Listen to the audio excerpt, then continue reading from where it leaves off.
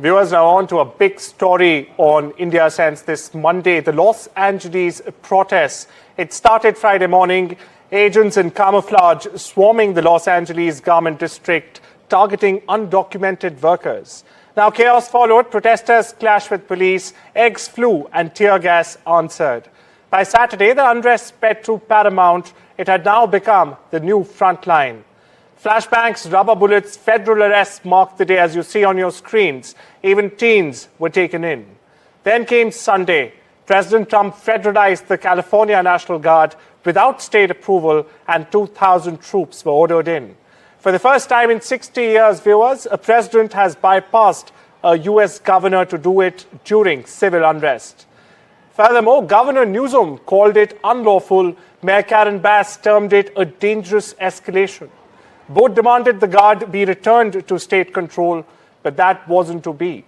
By Sunday afternoon, crowds massed outside the Metropolitan Detention Center. Tear gas filled the streets once again as protesters held their ground, showing no sign of stopping.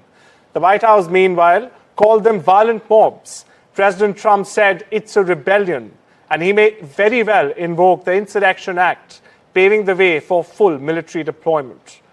A raid has snowballed into a constitutional standoff with federal force on local soil, viewers. Peaceful protests have been labeled insurrection, and caught in the middle are Angelenos demanding answers and dignity. Los Angeles protests have now become the nation's mirror, reflecting a battle over immigration, power, and the right, of course, to be heard. Sky News' Martha Keller gets you the latest. California, are you prepared to invoke the Insurrection Act? Depends on whether or not there's an insurrection. There is, sir? No, but you have violent people, and we're not going to let them get away with it. Well, we're going to have troops everywhere. We're not going to let this happen to our country. We're not going to let our country be torn apart like it was under Biden and his auto pen. We're going to be watching it very closely, and when they spit at people, they spit. That's their new thing. They spit, and worse, you know what they throw at them, right? And when that happens, I have a little statement. They say, they spit, we hit. And I told them, nobody's going to spit on our police officers. Nobody's going to spit on our military, which they do as a common thing. They get up to them this far away, and then they start spitting in their face. That happens, they get hit very hard. The standoff between police and protesters is continuing here. There are flashbangs going off every couple of seconds. The police are still using tear gas and rubber bullets in a bid to try and disperse these demonstrations. You can see down on the pavement here, there are a couple of people who have just been arrested by police officers. They have their hands in handcuffs, their ankles are also bound. Police waiting for them to be picked up by a police vehicle. These protests are growing bigger.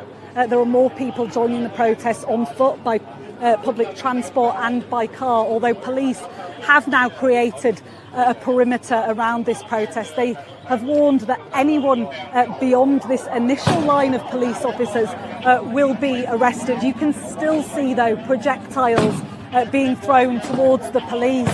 Water bottles, glass bottles, canisters as well, and the police are responding by dispersing tear gas. These, as a reminder, are immigration protests against Donald Trump's immigration policy, sparked initially by a number of raids in workplaces across this city. But it is hard to believe that this is the heart of downtown LA. Protests like this, not seen since the Black Lives Matter movement, and before that the protests that came in the early 1990s here in LA.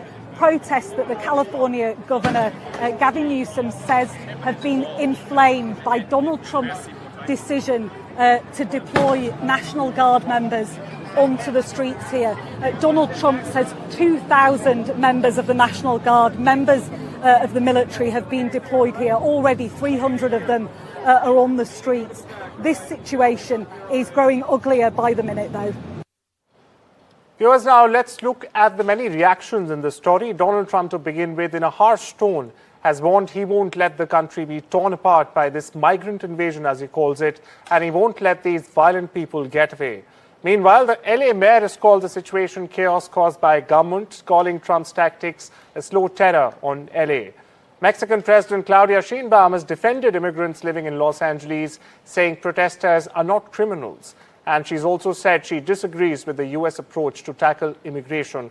Meanwhile, California Governor Gavin Newsom, the man in the spotlight, has accused President Donald Trump of illegal, immoral, and unconstitutional deployment of the National Guard to create a spectacle. He's also threatening to sue the Trump administration. Meanwhile, former Vice President Kamala Harris has slammed Trump for stoking fear. My colleague Disha Bakchi joins me for more on this story. Disha, given how quickly the situation has really escalated, what does this reveal about the federal-local tensions over immigration enforcement?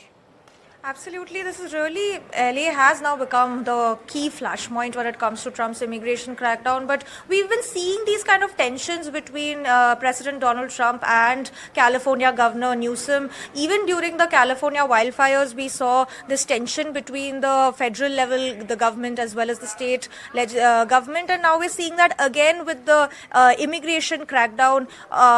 After these protests began against these ICE raids, and now not just Gavin Newsom but also the LA mayor really slamming Trump, criticizing his move to deploy the national troops, calling it his, in a sense, they're calling it a move to really not just stoke fear, create this spectacle, create this scene of utter chaos to justify his actions of trying to use the U.S. armed forces to what he has been saying for a while, that to stop, in Trump's words, the leftist agenda and what he calls a migrant invasion of the United States. And using this spectacle, using this scene of chaos in Los Angeles, he's trying to achieve this very goal of trying to liberate the country from what Trump has been calling left-leaning lawlessness. So really, this is what the tension between the two sides, between the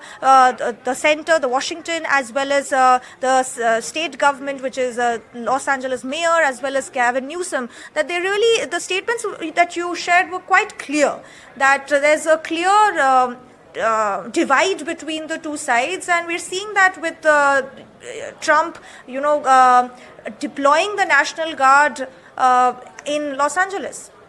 Well, clearly, thank you so much for getting us the latest there, Disha. And the narrative has definitely shifted from just a workplace raid to a full-blown constitutional crisis right now.